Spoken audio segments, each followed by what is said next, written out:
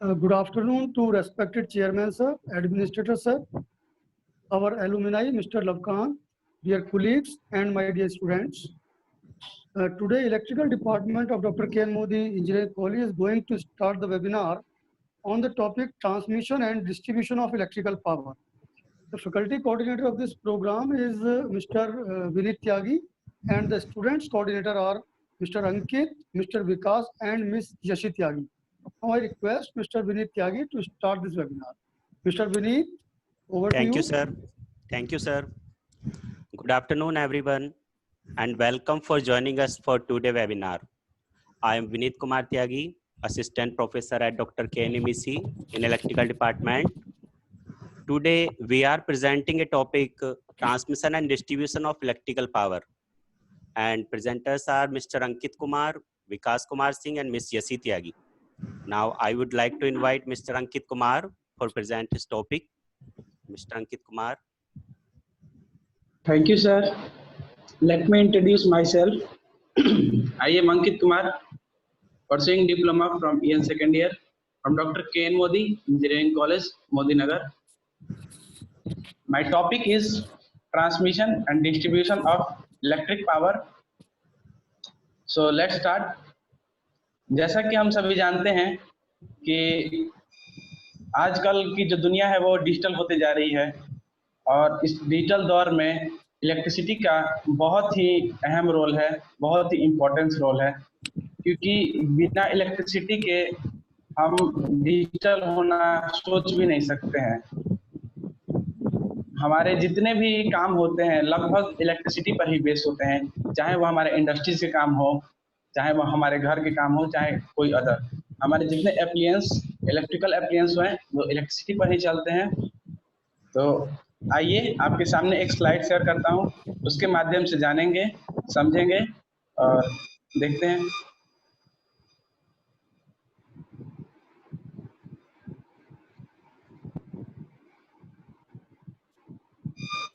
जैसा कि मैंने बताया, जो हमारा टॉपिक है वह है transmission and distribution of electric power.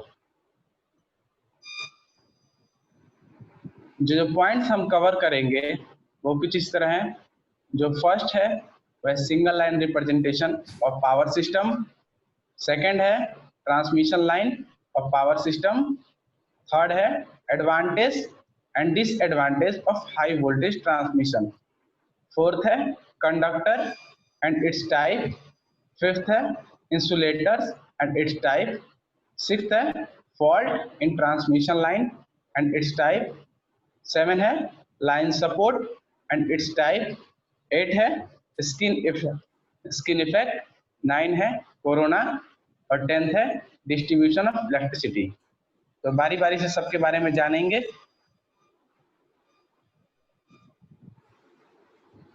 जो हमारा फर्स्ट पॉइंट है वो है single line representation of power system. Basically ये एक ग्राफिकल रिप्रेजेंटेशन है ट्रांसमिशन और डिस्ट्रीब्यूशन का। तो आइए देखते हैं।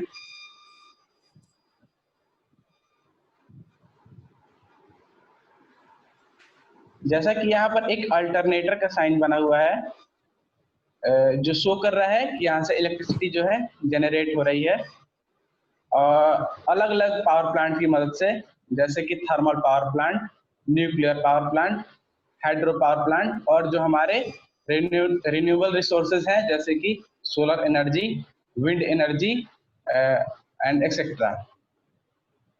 तो जो यहाँ से इलेक्ट्रिसिटी निकल रही है वो 10 kV की निकल रही है, जिसे हम कन्वर्ट करके 400 kV में कन्वर्ट कर दे रहे हैं with the help of step up transformer. और फिर हम 400 kV की लाइन को ट्रांसमिट कर रहे हैं और आगे चल के 400 kV की लाइन को हम 33 kV में कन्वर्ट कर दे रहे हैं with the help of step down transformer, जिससे हमारी बड़ी बड़ी इंडस्ट्रियां चलती हैं इतने वोल्ट पे और उनके एप्लियंसेस चलते हैं। फिर हम आगे जब बढ़ेंगे तो देखेंगे कि 33 kV की लाइन को हम 11 kV में कम कर दे रहे हैं with the help of step down transformer, जिससे कि हमारी मीडियम इंडस्ट्री चलती हैं, इनके एप्लियंसेस चलते हैं, इसी पे ये वर्क करते हैं।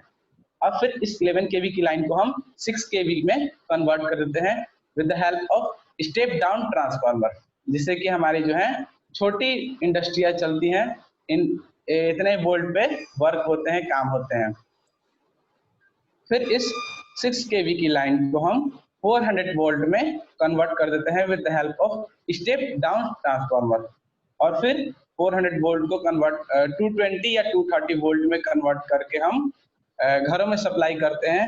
जो हमारे टीवी, फ्रिज, कूलर, हमारे लाइट्स होते हैं, जितने भी हमारे होम अप्लायंस होते हैं, वो 220 या 230 वोल्ट पे वर्क करते हैं। तो ये है हमारा सिंगल लाइन रिप्रेजेंटेशन। जो हमारा नेक्स्ट पॉइंट है वो है transmission line of power system. तो आइए देखते हैं ये क्या होता है। जो इलेक्ट्रिक पावर का ट्रांसफर होता है पावर प्लांट से, जहां से ये जनरेट होता है, और हमारे एरिया से जो सब स्टेशन नजदीक होते हैं वहां तक, पावर प्लांट से सब स्टेशन तक जो इलेक्ट्रिक पावर ट्रांसफर होता है with the help of towers, conductors and insulator. Tower, conductor और इंसुलेटर की मदद से जो हम ट्रांसफर करते हैं इलेक्ट्रिक पावर को, उसी को हम ट्रांसमिशन कहते हैं। ये जो ट्रांसमिशन होता है बहुत लंबे लंबे दूरी पे होता है, इसके लिए हम हाई वोल्टेज का इस्तेमाल करते हैं। जैसा कि हम फिगर में देख रहे हैं, ये बड़े बड़े टावर लगे हुए हैं, और कंडक्टर की मदद से जो है हम इलेक्ट्रिक पावर को सप्लाई कर रहे हैं, ट्रांसमिट कर रहे हैं। जो हमारा नेक्स्ट पॉइंट है वो है advantage and disadvantage of high voltage transmission. हमारा जो हम ट्रांसमिशन करते हैं वो हाई वोल्टेज पे ही करते हैं, उसका कुछ एडवांटेज है, कुछ डिसएडवांटेज भी है। तो बारी बारी से देखेंगे। जो एडवांटेज है वो ये है, the conductor size will be decrease. जो हमारे कंडक्टर के साइज होंगे वो कम हो जाएंगे। जो लॉसेस होंगी वो भी कम हो जाएंगी। हमारा जो कॉस्ट आएगा हाई वोल्टेज ट्रांसमिशन के दौरान वो कम आएगा, क्योंकि कंडक्टर के साइज जो है वो कम हो जाएंगे।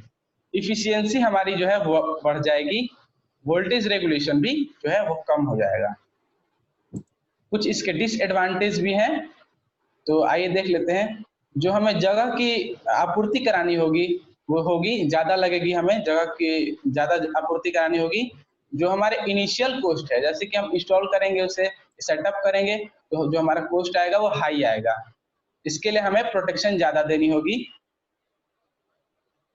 सो अगले टॉपिक के लिए मैं अपने फ्रेंड विकास को इनवाइट करना चाहूँगा। Vikas, please continue.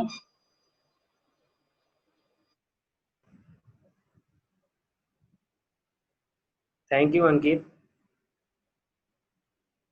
Good evening. Thank you, Ankit. Good afternoon, everyone. First of all, let me introduce myself. Me, Vikas Kumar Singh. I have been pursuing diploma in electrical and electronics branch, second year. मैं अपने point पे जाने से पहले आपके सामने कुछ slide share करूंगा, जिसके जरिए मैं एक्सप्लेन करूंगा।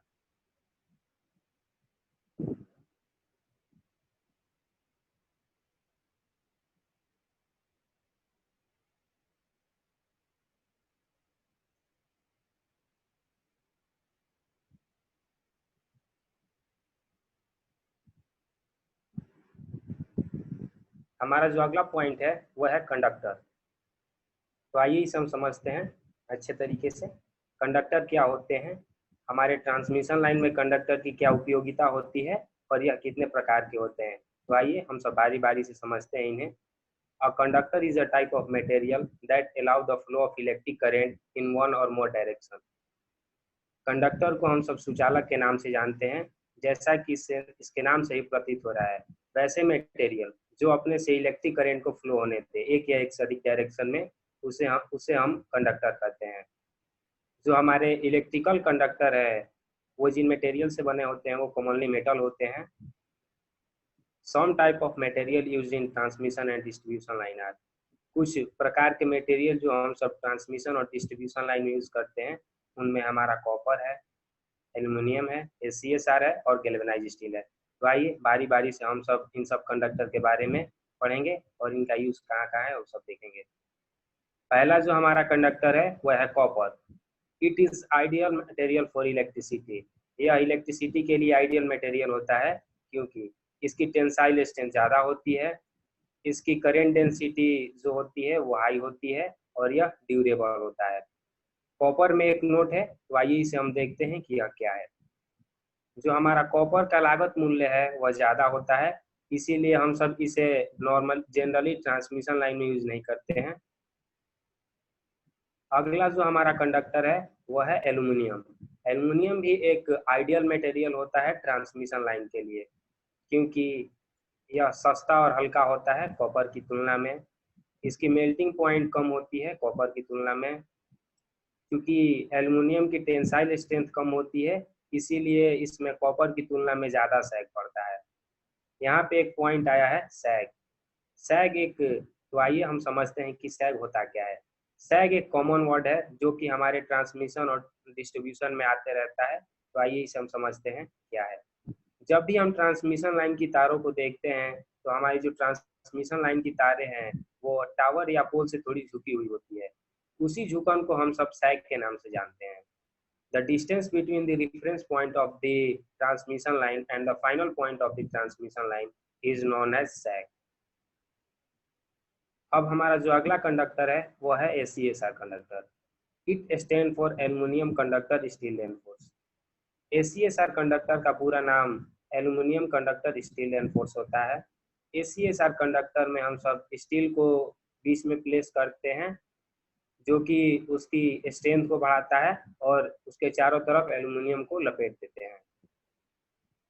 ACSR का यूज हम सब स्किन इफेक्ट को कम करने के लिए करते हैं और ACSR का यूज हम सब कोरोना इफेक्ट को भी कम करने के लिए करते हैं। जैसा कि आप सब फिगर में देख पा रहे हैं, यह एक ACSR कंडक्टर है जिसके अंदर एक स्टील को प्लेस किया गया है और इसके चारों तरफ एल्युमिनियम को लपेट दिया गया है। अगला जो हमारा कंडक्टर है वह है गैल्वेनाइज्ड स्टील। गैल्वेनाइज्ड स्टील ऐसे कंडक्टर होते हैं जिनका यूज हम सब ट्रांसमिशन लाइन में ना करके स्टील टावर बनाने में करते हैं, क्योंकि इनकी टेंसाइल स्ट्रेंथ बहुत ज़्यादा होती है, इनका रेजिस्टेंस भी बहुत ज़्यादा होता है, इनमें पावर लॉस ज़्यादा होते हैं और यह केवल 11 kV तक में ही यूज किए जाते हैं। अगला जो हमारा पॉइंट है वो है इंसुलेटर। तो आइए इसे हम समझते हैं कि इंसुलेटर होते क्या हैं, हमारे ट्रांसमिशन लाइन में इंसुलेटर की क्या उपयोगिता होती है और यह कितने प्रकार के होते हैं। आइए बारी बारी से हम समझते हैं। Insulator, an insulator is a material that does not conduct electric current. हमारा जो इंसुलेटर होता है वह एक मटेरियल होता है जो कि अपने से इलेक्ट्रिक करंट को फ्लो नहीं होने देता है। इंसुलेटर ट्रांसमिशन लाइन का ही कंपोनेंट होता है, मतलब भाग अंग होता है, और यह कंडक्टर को भी सपोर्ट करता है। जैसा कि आप सब फिगर में देख पा रहे हैं, यह हमारे कुछ इंसुलेटर हैं। अब हम इसके आगे टाइप्स ऑफ इंसुलेटर देखेंगे। इंसुलेटर कितने प्रकार के होते हैं। बेसिकली हमारे इंसुलेटर 4 प्रकार के होते हैं। पहला हमारा जो है वो है पिन टाइप इंसुलेटर, दूसरा सस्पेंशन टाइप इंसुलेटर, तीसरा स्ट्रेन टाइप इंसुलेटर, और जो हमारा चौथा और आखिरी इंसुलेटर है वो है साइकिल टाइप इंसुलेटर। तो आइए बारी बारी से हम देखेंगे कि इन सब इंसुलेटर का कहाँ यूज होता है। पहला जो हमारा है वह है pin type insulator. Pin type insulator एक डिवाइस की तरह होता है जो कि वायर को एक फिजिकल सपोर्ट देता है, जैसे कि एक पिन देता हो। पिन टाइप इंसुलेटर का जनरली यूज हम सब 11 kV तक की ट्रांसमिशन लाइन में करते हैं। हमारा जो पिन टाइप इंसुलेटर है वो सपोर्टिंग टावर के क्रॉस आर्म पे स्थित होता है। पिन टाइप इंसुलेटर के ऊपरी हिस्से पे खांचे बने होते हैं जो कि कंडक्टर को सपोर्ट करते हैं।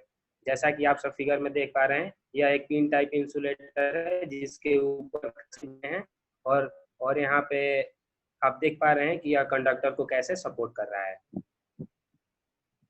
अगला जो हमारा इंसुलेटर है वो है suspension type insulator. Suspension type insulator हमें ओवरहेडेड ट्रांसमिशन लाइन से बचाते हैं। यह जनरली यह पोर्सिलिन मटेरियल से बने होते हैं। एक स्ट्रिंग की मदद से हम सब इंसुलेटिंग डिस्क को टावर से वर्टिकली लटका देते हैं। यह 33 kV से ज़्यादा की ट्रांसमिशन लाइन को ऑपरेट करने के लिए यूज़ किए जाते हैं। जैसा कि आप सब फिगर में देख पा रहे हैं, यह एक सस्पेंशन टाइप इंसुलेटर है जो कि टावर से हॉरिजॉन्टली लटका हुआ है और जो कि ओवरहेड ट्रांसमिशन लाइन को सपोर्ट कर रहा है।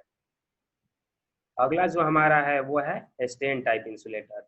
स्ट्रेन टाइप इंसुलेटर बिल्कुल ही सस्पेंशन टाइप इंसुलेटर की तरह होते हैं। इन दोनों में बस अंतर इतना ही होता है कि जो हमारे सस्पेंशन टाइप इंसुलेटर के इंसुलेटिंग डिस्क है वो टावर के साथ वर्टिकली लगे होते हैं और जो हमारे स्ट्रेन टाइप इंसुलेटर है इनके इंसुलेटिंग डिस्क टावर के साथ हॉरिजॉन्टली लगे होते हैं। स्ट्रेन टाइप इंसुलेटर का यूज हम सब 11 kV तक की ट्रांसमिशन लाइन में करते हैं। हम स्ट्रेन टाइप इंसुलेटर वहाँ यूज करते हैं जहाँ पर हमारे कंडक्टर पे ज़्यादा स्ट्रेन हो, जैसे कि रिवर क्रॉसिंग, डेड एंड्स और शार्कर्स। स्ट्रेन टाइप इंसुलेटर काफ़ी हद तक टेंशन को लाइन से कम करते हैं। जैसा कि आप सब फिगर में देख पा रहे हैं, यह स्ट्रेन टाइप इंसुलेटर है जो कि हॉरिजॉन्टली कंडक्टर के साथ लगे हुए हैं। अगला जो हमारा इंसुलेटर है वो है cycle type insulator. Cycle type insulator को हम सब स्पूल इंसुलेटर के नाम से भी जानते हैं, जिसका यूज हम सब लो वोल्टेज डिस्ट्रीब्यूशन नेटवर्क में करते हैं। साइकिल टाइप इंसुलेटर का यूज हम सब हॉरिजॉन्टल और वर्टिकल दोनों पोजीशन में करते हैं। जो हमारा साइकिल टाइप इंसुलेटर है वह 11 kV तक की ट्रांसमिशन लाइन में यूज किए जाते हैं। जो हमारा साइकिल टाइप इंसुलेटर है वह पोल के साथ डायरेक्टली फिक्स होता है उसके क्रॉस आर्म के साथ। साइकिल टाइप इंसुलेटर का यूज हम सब लो टेंशन लाइन के लिए ज़्यादा यूज करते हैं।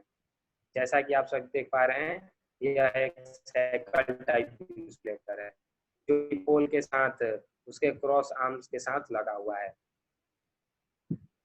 अगला जो हमारा पॉइंट है वह है फॉल्ट।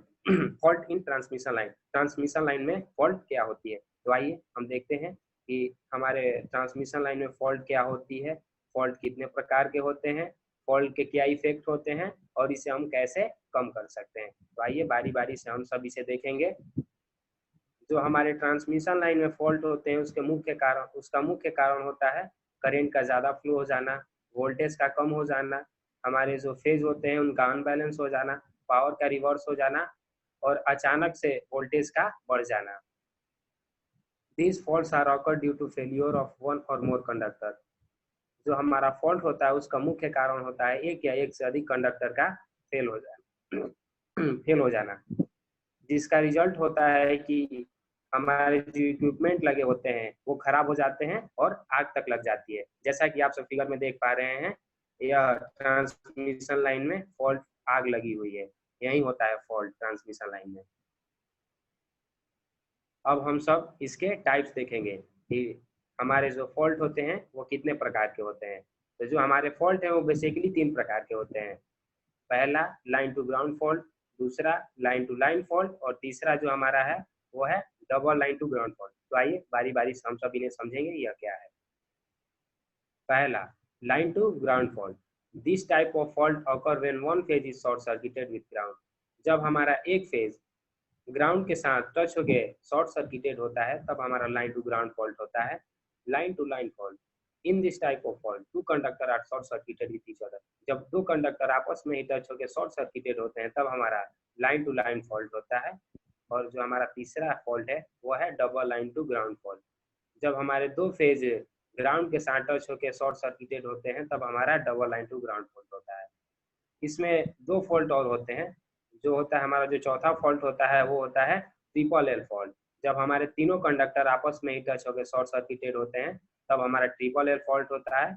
और जो पांचवा और आखिरी फॉल्ट होता है वो होता है triple L two ground fault. जब हमारे तीनों कंडक्टर टूट के जमीन पे गिर जाते हैं और शॉर्ट सर्किटेड होते हैं उसे हम लोग triple L two ground fault कहते हैं। टाइप्स ऑफ फॉल्ट में एक नोट है, आइए इसे हम समझते हैं कि यह क्या है।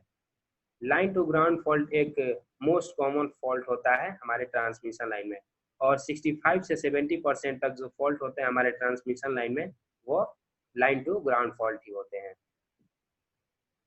अब हम सब इलेक्ट्रिक फॉल्ट के इफेक्ट देखेंगे कि इसके प्रभाव क्या क्या हैं।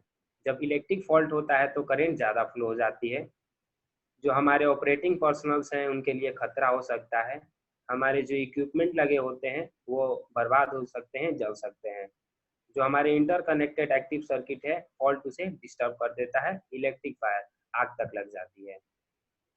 फॉल्ट लिमिटिंग डिवाइस, फॉल्ट को कम करने के लिए जो हम सब उपकरण यूज करते हैं, आइए उन्हें हम समझते हैं कि वो क्या है।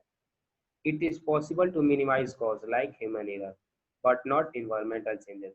यह संभव है कि इस कारण को कम किया जा सकता है, जैसे कि कम से कम ह्यूमन एरर हो, लेकिन इसमें हम प्राकृतिक आपदा को इंक्लूड नहीं कर सकते हैं। Fault cleaning is a crucial task in the power system network. Fault को हटाना एक बहुत ही कठिन कार्य होता है पावर सिस्टम नेटवर्क में। If you manage to disturb और break the circuit when a fault rises, it reduce the considerable damage to the equipment and also property. जब हम सब सर्किट को ब्रेक करते हैं तो उस समय फॉल्ट के बढ़ने की जो संभावना होती है वो कम हो जाती है, जिससे कि हमारे प्रॉपर्टी और जो हम इसमें इक्विपमेंट लगे होते हैं दोनों हमारे बच जाते हैं। जो हम सब फॉल्ट को कम करने के लिए उपकरण यूज करते हैं उनमें हमारा बेसिकली है फ्यूज है, सर्किट ब्रेकर है और रिले इत्यादि। ये सब उपकरण हम सब फॉल्ट को कम करने के लिए यूज करते हैं। अगला जो हमारा पॉइंट है वो है लाइन सपोर्ट, जिसके लिए मैं यशी त्यागी को इनवाइट करूंगा। Yashi Tyagi, please continue. Thank you, Vikas. As Ankita and Vikas tell you about transmission and distribution, so some of the points are remaining, which I will clear. I'm start screen sharing with all of you.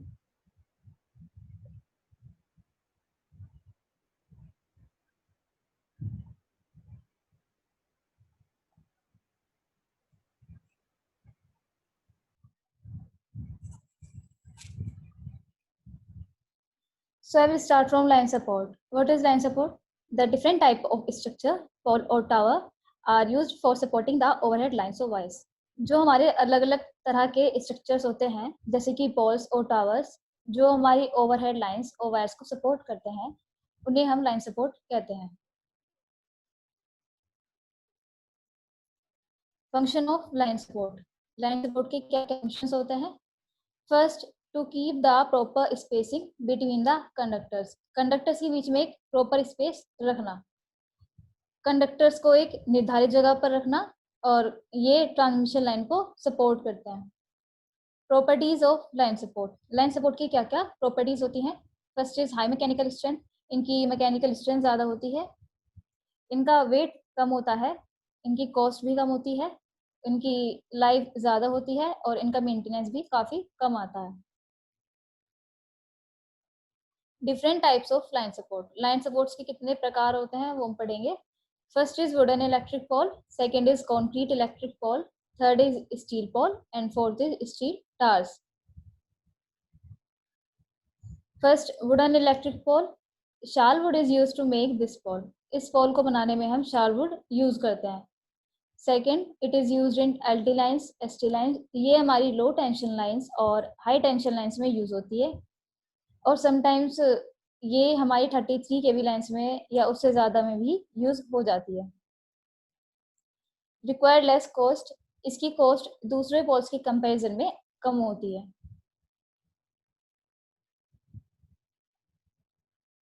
Drawback of wooden poles. Wooden poles के क्या क्या drawbacks हैं? First, tendency to rot below the ground level. ये ground level पर ही गाड़े जाते हैं या उससे ऊपर, जिससे कि इनकी लाइफ स्मॉल ना रहे, ये ज़्यादा टाइम तक यूज हो सके। Second, less mechanical strength. इनकी मैकेनिकल स्ट्रेंथ कम होती है और इन्हें सीजन बाय सीजन देख रेख की काफ़ी ज़रूरत होती है। Second is concrete electric pole. ये बेसिकली दो टाइप्स का होता है। फर्स्ट इज पीसीसी पोल और second is RCC pole.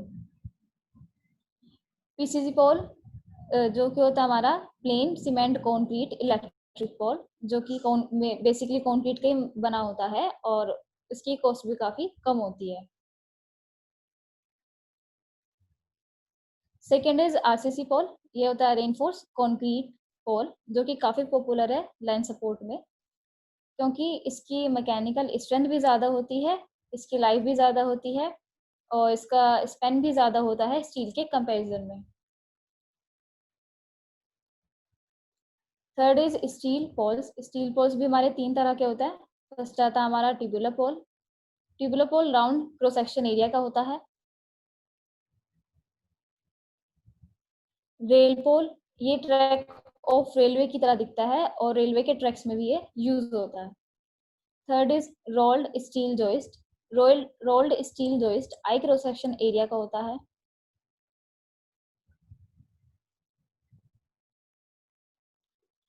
Fourth steel towers. Steel towers ये ट्रांसमिशन लाइन्स में यूज किए जाते हैं। ये मैकेनिकली काफी स्ट्रॉन्ग होते हैं और इनकी स्ट्रेंथ भी ज्यादा होती है। इनकी लाइफ भी ज़्यादा लंबी होती है और इनकी कॉस्ट काफ़ी ज़्यादा होती है इन कंपैरिजन टू अदर। अब हम पढ़ेंगे स्किन इफेक्ट। स्किन इफेक्ट क्या होता है? ये हमारी टेंडेंसी है, जब हम किसी कंडक्टर को एसी करंट देते हैं तो उसके सेंटर में इलेक्ट्रिक करंट सबसे कम होता है और उसके सरफेस पर सबसे ज़्यादा। इसी को हम स्किन इफेक्ट कहते हैं। सो अब इसको हम और डीपली पढ़ेंगे कि स्किन इफेक्ट कैसे होता है। वह skin effect occurs in transmission line. Skin effect हमारा ट्रांसमिशन लाइंस में कैसे होता है? इन एसी, जब हम एसी करंट किसी कंडक्टर में को देंगे तो तब हमारा क्या होगा? Let in a conductor when electric current flows so there magnetic field will generate. जब हम किसी कंडक्टर में एसी करंट देते हैं तो उसमें मैग्नेटिक फील्ड जनरेट होती है। सो बेसिकली सी बात है कि अगर मैग्नेटिक फील्ड जनरेट होगी तो मैग्नेटिक फ्लक्स भी जनरेट होगा। सो इसको हम इंडक्टेंस के फॉर्मूले से देखते हैं, जो होता है हमारा L is equal to sine by I. इसको हम N5 बाय आई भी लिख सकते हैं। अगर हमारा साई, इट मीन्स अगर हमारा मैग्नेटिक फ्लक्स इंक्रीज होगा तो हमारा L इंडक्टेंस भी इंक्रीज होगा। By increasing of inductance, inductive reactance will be. जब हमारी इंडक्टेंस बढ़ जाएगी तो हमारी इंडक्टिव रिएक्टेंस पर क्या उसका इफेक्ट पड़ेगा, वो पड़ता है XL is equal to 2πfl। जब हमारी L इंडक्टेंस इंक्रीज हो जाती है तो हमारी XL इंडक्टिव रिएक्टेंस भी बढ़ जाएगी। By increasing XL impedance also increases. जब हमारी XL इंक्रीज हो जाती है तो उसका इम्पिडेंस पर क्या इफेक्ट पड़ता है वो पढ़ेंगे। Z is equals to R plus JXL। Z हमारी यहाँ पर इम्पिडेंस है और XL इंडक्टिव रिएक्टेंस। अगर हमारी इंडक्टिव रिएक्टेंस बढ़ जाएगी तो हमारी इम्पिडेंस भी इंक्रीज हो जाएगी। सो जब हम एसी करंट किसी कंडक्टर में पास करते हैं तो उसमें अगर हमारी इम्पीडेंस बढ़ जाती है तो हमारी रेजिस्टेंस भी बढ़ जाएगी, जिससे उसमें इलेक्ट्रिक करंट सेंटर में कम फ्लो होगा और सरफेस पर ज़्यादा। इसी को हम स्किन इफेक्ट कहते हैं। अब हम देखते हैं जब हम डीसी करंट पास करते हैं तो हमारा क्या होता है। इसको देखेंगे हम इंडक्टेंस फॉर्मूले से, जो होता है XL is equals to 2πfl। अब डीसी में फ्रीक्वेंसी नहीं होती है, सो इसको हम 0 मान लेते हैं। सो F की वैल्यू हम 0 पुट करेंगे, XL is equals to 2π0। So XL की वैल्यू 0 हो जाती है। फिर हम इसको देखेंगे इम्पीडेंस के फॉर्मूले में पुट करके। So Z is equals to R plus JXL। इसमें XL की वैल्यू 0 हो जाएगी और R को हम नेग्लिजिबल मान लेंगे। इसमें Z की वैल्यू 0 हो जाएगी। इसका मतलब कि हमारी रेजिस्टेंस भी 0 ही हो जाएगी। सो इसमें करंट इक्वल अमाउंट में फ्लो होगा। सो हम इसलिए डीसी करंट उसमें फ्लो मतलब कंडक्टर में नहीं देते हैं, एसी करंट ही देते हैं। Factors affecting skin effect in transmission line. कौन कौन से फैक्टर्स है जो स्किन इफेक्ट को अफेक्ट करते हैं? फर्स्ट आता है फ्रीक्वेंसी, जैसा भी हमने फॉर्मूले में पढ़ा था। इंडक्टिव रिएक्टेंस फॉर्मूला होता है XL is equals to 2πfl। अगर हमारी XL इंडक्टिव रिएक्टेंस इंक्रीज हो जाएगी तो हमारी फ्रीक्वेंसी भी इंक्रीज हो जाएगी। Second, diameter. अगर हमारा कंडक्टर का डायमीटर बढ़ा दिया जाएगा तो स्किन इफेक्ट भी बढ़ जाएगा। शेप ऑफ कंडक्टर, अगर हमारी शेप ऑफ कंडक्टर के ऊपर डिपेंड करता है। अगर हमारी शेप होगी सॉलिड की तो उसमें सबसे कम होगा, और होगी ज़्यादा बड़ी इससे तो स्किन इफेक्ट ज़्यादा होगा। फोर्थ आता है हमारा नेचर ऑफ मटेरियल। मटेरियल का नेचर कैसा है ये उसके ऊपर भी डिपेंड करता है, और उसकी रिलेटिव परमेबिलिटी अगर ज़्यादा है तो स्किन इफेक्ट भी ज़्यादा होगा। फिफ्थ आता है हमारा टेम्परेचर। अगर हमारा टेम्परेचर ज़्यादा होगा तो स्किन इफेक्ट भी ज़्यादा होगा। How to reduce skin effect. Skin effect को हम कैसे कम कर सकते हैं? First, by using ACSR conductor. ACSR conductor को यूज करके भी हम इसको कम कर सकते हैं। Second, reducing thickness of conductor. Conductor की थिकनेस को कम करके भी हम स्किन इफेक्ट को कम कर सकते हैं। थर्ड, यूजिंग होलो कंडक्टर। होलो कंडक्टर को यूज करके भी हम कम कर सकते हैं, बट हम इसको यूज नहीं करते हैं क्योंकि ये काफी एक्सपेंसिव होता है। अब हम पढ़ेंगे कोरोना इफेक्ट। कोरोना इफेक्ट जो हमारा ट्रांसमिशन लाइन्स में होता है वो पढ़ेंगे। आपने काफी नोटिस भी किया होगा, जब आप ट्रांसमिशन लाइन्स के पास से होकर जाते हैं तो वहाँ पे एक हिजिंग टाइप की जो नॉइज प्रोड्यूस होती है उसी को हम कोरोना इफेक्ट कहते हैं। इसके बारे में आज हम और डीपली पढ़ेंगे। सो कोरोना फॉर्मेशन, कोरोना कैसे फॉर्म होता है? As you all know, air is not a perfect insulator. Air एक परफेक्ट इंसुलेटर नहीं होता है, और इवन वो नॉर्मल कंडीशंस में भी काफी फ्री इलेक्ट्रॉन्स और आयंस कंटेन करता है। जब एक इलेक्ट्रिक फील्ड इंटेंसिटी कंडक्टर्स के बीच में एस्टेब्लिश हो जाती है, मतलब उत्पन्न हो जाती है, तो ये आयंस और फ्री इलेक्ट्रॉन्स अपने ऊपर एक फोर्स एक्सपीरियंस करते हैं। इस इफेक्ट के कारण ये आयंस और फ्री इलेक्ट्रॉन्स एक्सीलरेट हो जाते हैं और अपोजिट डायरेक्शंस में मूव करने लग जाते हैं। सो ये जो चार्ज पार्टिकल्स होता है, ये जब एक दूसरे से कोलाइड करने लग जाते हैं, सो जो अलग अनचार्ज मॉलिक्यूल्स होते हैं ये उनसे भी कोलाइड कर जाता है। सो इसलिए चार्ज पार्टिकल्स की संख्या ज़्यादा हो जाती है और कंडक्टर्स के बीच में ब्रेकडाउन हो जाता है, इसको ही हम कोरोना फॉर्मेशन कहते हैं, जिससे कि एक वायलेट ग्लो प्रोड्यूस होता है एक हिजिंग नॉइज के साथ। फैक्टर्स अफेक्टिंग कोरोना, कौन कौन से फैक्टर्स हैं जो कोरोना को अफेक्ट करते हैं? फर्स्ट, एटमॉस्फेरिक कंडीशन, हमारे वातावरण की कंडीशन कैसी है। हम देखते हैं रेनी कंडीशन, जब बारिश होती है तो कोरोना कम होता है, ज़्यादा होता है, वो देखते हैं। जब हमारी बारिश होती है तो वाटर मॉलिक्यूल्स जो होता है वो एयर मॉलिक्यूल्स के साथ मिक्स हो जाते हैं और कोरोना और एयर आयनाइज हो जाती है, और इसीलिए कोरोना बढ़ जाता है। सो बारिश के मौसम में कोरोना ज़्यादा होगा, और नॉन रेनी कंडीशन मतलब नॉर्मल कंडीशन में कोरोना कम होगा। सेकेंड, लाइन वोल्टेज, अगर हम नई लाइन को वोल्टेज ज़्यादा देते हैं तो कोरोना उतना ही ज़्यादा होगा। Third, nature of conductor, conductor के नेचर के ऊपर भी ये डिपेंड करता है कि कोरोना ज़्यादा होगा या कम।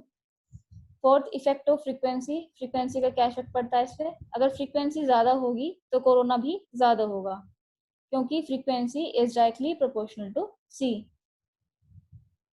Fifth, effect of air conductivity, air conductivity का क्या इफेक्ट पड़ता है इस पर?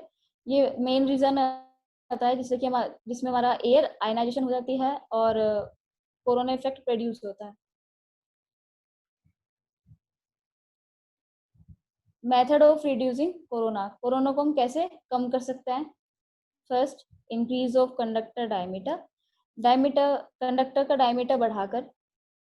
स्पेसिंग बिटवीन कंडक्टर्स के बीच में स्पेस बढ़ाकर। Third, decrease the operating voltage, operating voltage को कम करके भी हम कोरोना को कम कर सकते हैं। Fourth, using bundle conductor like ACSR conductor और मैनी अदर्स, उसको यूज करके भी हम इसको कम कर सकते हैं। फिफ्थ, यूजिंग कोरोना रिंग को यूज करके भी हम कोरोना को कम कर सकते हैं। एडवांटेज ऑफ कोरोना की क्या क्या एडवांटेजेस होती हैं? First, it reduce transient effect, ये ट्रांजिएंट इफेक्ट को कम करता है। ट्रांजिएंट इफेक्ट क्या होता है वो पढ़ेंगे। जब हमारी ट्रांसमिशन लाइंस में वोल्टेज कभी भी ज़्यादा हो सकती है, सो उसको कंट्रोल करने के लिए कोरोना हमारा उसको हीट और लाइट के फॉर्म में बाहर निकाल देता है, उसी को हम ट्रांजिएंट इफेक्ट बोलते हैं। Second, corona act as a virtual conductor, corona एक वर्चुअल कंडक्टर की तरह भी काम करता है। डिसएडवांटेज ऑफ कोरोना की क्या क्या डिसएडवांटेजेस हैं? फर्स्ट, लॉस ऑफ पावर, इसमें पावर का लॉस होता है जिससे कि उसकी एफिशिएंसी कम हो जाती है। Second, corona produces ozone gas, corona ozone gas produce करता है जो कि कंडक्टर में इससे जंग लग जाता है और वो ज़्यादा टाइम तक यूज नहीं हो पाता। So now I would like to invite Ankit. He will tell you about the distribution of electricity. Thank you यसी।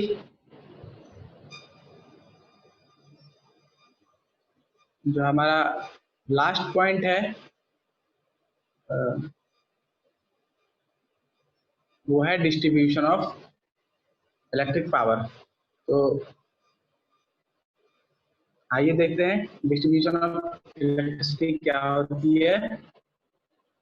Distribution of electricity वह है जो हमारी फाइनल स्टेज होती है, जिसमें हम पावर सब स्टेशन से इंडिविजुअल कंज्यूमर तक इलेक्ट्रिसिटी को पहुंचाते हैं और डिस्ट्रीब्यूट करते हैं।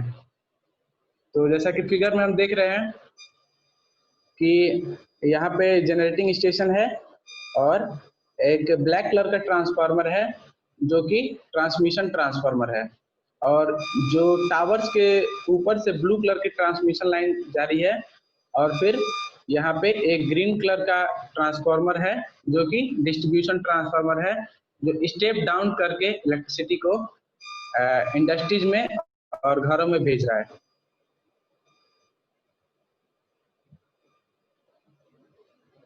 ये एक फ्लो चार्ट है, इसमें देखिए पावर प्लांट है। यहाँ पावर प्लांट से इलेक्ट्रिसिटी जनरेट होके ट्रांसमिट होती है और फिर ट्रांसमिट होके पावर सब स्टेशन पे आती है, और पावर सब स्टेशन से फिर हम फीडर की मदद से डिस्ट्रीब्यूशन ट्रांसफार्मर पे इलेक्ट्रिसिटी को लाते हैं। फिर यहाँ से हम अलग अलग एरियाज में लो टेंशन लाइन से इलेक्ट्रिसिटी को भेजते हैं।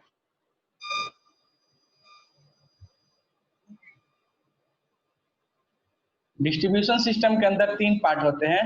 जो पहला है वो है फीडर, जो सेकंड है और वो है डिस्ट्रीब्यूटर, और जो थर्ड है वो है सर्विसमैन। तो बारी बारी सबके बारे में जानेंगे।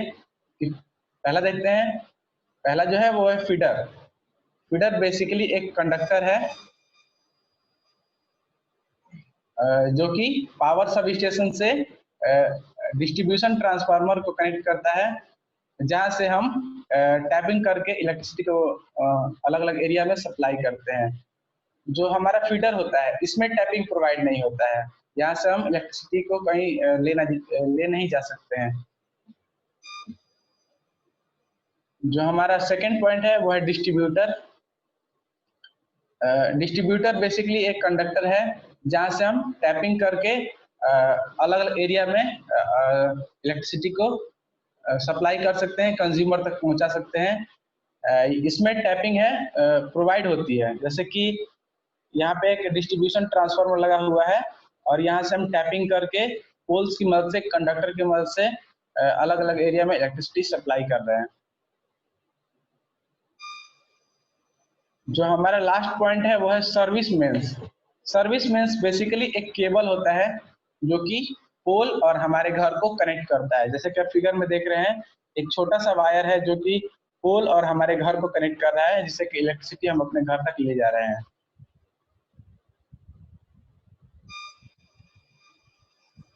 Power distribution system. पावर को डिस्ट्रीब्यूट करने के अलग अलग सिस्टम है। तो जो फर्स्ट है वो है रेडियल सिस्टम, जो सेकंड है वो है रिंगमैन सिस्टम, और जो थर्ड है वो है इंटरकनेक्टेड सिस्टम। तो बारी बारी से हम इन सारे सिस्टम के बारे में जानेंगे। आइए देखते हैं। जो पहला हमारा है वो है रेडियल सिस्टम। यहाँ एक पावर सब स्टेशन है जो कि 33 kV की लाइन को स्टेप डाउन करके 11 kV में कन्वर्ट करके और फिर फीडर की मदद से आगे सप्लाई कर रहा है। तो इसमें 3 फीडर लगे हुए हैं, फीडर ए, फीडर बी और फीडर सी। फीडर ए में हम देख रहे हैं कि एक ट्रांसफार्मर कनेक्ट है, डिस्ट्रीब्यूशन ट्रांसफार्मर कनेक्ट है, जो कि 230 वोल्ट इलेक्ट्रिसिटी फ्लो कर रहा है। इससे एक एरिया कनेक्ट है, और ऐसे ही फीडर ए में लाइन से और सारे भी ट्रांसफार्मर कनेक्ट है। मान लीजिए कि जो गिवन ट्रांसफार्मर है इसमें कोई फॉल्ट आ जाती है, तो इस ट्रांसफार्मर को हम बंद करके इसको रिपेयरिंग करके और फिर से इसमें इलेक्ट्रिसिटी हम दे सकते हैं। लेकिन सबसे बड़ा इसका ड्रॉबैक यह आया कि मान लीजिए कि अगर फीडर ए में कोई फॉल्ट आ जाती है तो इससे जितने भी कनेक्टेड ट्रांसफार्मर हैं वो सारे बंद हो जाएंगे और इस एरिया की जो है पूरी इलेक्ट्रिसिटी कट हो जाएगी, केवल फीडर बी और फीडर सी में ही जा पाएगी। इतने बड़े इलेक्ट्रिसिटी का कट जाना बहुत बड़ी बात है। तो इसके ड्रॉबैक को देखते हुए हमने एक नया सिस्टम निकाला है, और यह जो सिस्टम है वह ऐसे जगह पे यूज होता है जहाँ पे हमें हमेशा इलेक्ट्रिसिटी की जरूरत नहीं होती है। इसके ड्रॉबैक को देखते हुए हमने एक नया सिस्टम निकाला जो है रिंगमैन सिस्टम। रिंगमैन सिस्टम में देखते हैं यहाँ पे एक पावर सब स्टेशन है जो 33 केवी की लाइन को स्टेप डाउन करके 11 केवी में फीडर की मदद से भेज रहा है। और फिर यहाँ पे अलग अलग ट्रांसफार्मर लगे हुए हैं, इनका नेम है A, B, C और D। तो यहाँ पे देख रहे हैं कि ट्रांसफार्मर A से एक एरिया कनेक्ट है, B से भी कनेक्ट है, C से भी कनेक्ट है और D से भी कनेक्ट है। तो जैसे कि मान लीजिए कि ट्रांसफार्मर A में कोई फॉल्ट आती है, उसे हम बंद करके वहां पे रिपेयरिंग करके फिर ऑन कर सकते हैं, या फिर ट्रांसफार्मर B में कोई फॉल्ट आती है तो ट्रांसफार्मर B को बंद करके और फिर इसे हम रिपेयरिंग कर सकते हैं। और मान लेते हैं कि अगर A में फॉल्ट आया तो अदर ट्रांसफार्मर में इलेक्ट्रिसिटी फ्लो होती रहेगी। रेडियल की अपेक्षा इसमें यही एडवांटेज आया। लेकिन सबसे बड़ा इसका ड्रॉबैक यह हो गया कि मान लीजिए कि यहाँ फीडर में ही कोई फॉल्ट आ जाती है तो सारा जो है सिस्टम बंद पड़ जाएगा।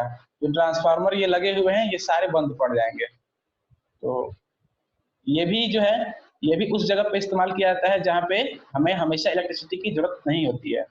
लेकिन इसके ड्रॉबैक को भी देखते हुए हमने एक नया सिस्टम निकाला जो है इंटरकनेक्टेड सिस्टम। यह जो है आजकल बहुत पॉपुलर है क्योंकि हमें अब हमेशा 24/7 इलेक्ट्रिसिटी की जरूरत होती है। हमें हमेशा इलेक्ट्रिसिटी चाहिए, हमारे सारे वर्क जो है इलेक्ट्रिसिटी पर ही बेस्ड हैं। ऐसे कितने सारे जगह हैं जहाँ हम इलेक्ट्रिसिटी हमेशा चाहिए, जैसे कि हॉस्पिटल, कॉलेज, स्कूल्स हो गए, मॉल्स हो गए, तो हमें इस सिस्टम पे वर्क करना होगा। यहाँ पर 2 पावर सब स्टेशन लगे हुए हैं और इससे फीडर के मदद से इलेक्ट्रिसिटी आ रही है। ट्रांसफार्मर लगे हुए हैं जिनका नेम है A, B, C और D। अगर किसी भी ट्रांसफार्मर में फॉल्ट आती है तो हम उसे बंद करके उसे रिपेयर करके फिर ऑन कर देते हैं और इलेक्ट्रिसिटी फ्लो होने लगती है। लेकिन इसका सबसे बड़ा यह एडवांटेज आया कि मान लेते हैं कि जो हमारा प्राइमरी फीडर है, जो पहला फीडर है, अगर उसमें कोई फॉल्ट आ जाती है तो जो हमारा सेकेंडरी फीडर है वह सारा काम करेगा, वह इलेक्ट्रिसिटी पहुंचाएगा इन चारों ट्रांसफार्मर पे। और ऐसा नहीं है कि इलेक्ट्रिसिटी रुक जाएगी, ये पहुंचाते रहेगा। और मान लेते हैं कि अगर हमारे सेकेंडरी फीडर में कोई फॉल्ट आ जाती है तो हमारा प्राइमरी फीडर इसके जगह पर काम करेगा, इलेक्ट्रिसिटी पहुंचाएगा विदाउट एनी ब्रेक। तो हमेशा 24/7 इलेक्ट्रिसिटी प्रोवाइड होती रहेगी। तो ये था हमारा interconnected system. That's all, thank you. ऐसे तो ट्रांसमिशन और डिस्ट्रीब्यूशन बहुत बड़ा टॉपिक है, लेकिन हमने इसे एक छोटे से वेबिनार में कंप्लीट करने की कोशिश की और काफी हद तक इसे समझाया। So thank you, that's all. Thank you, Ankit. Thank you, Yashi. Thank you, Vikas. Thank you If sir. if you have any query, then ask, student.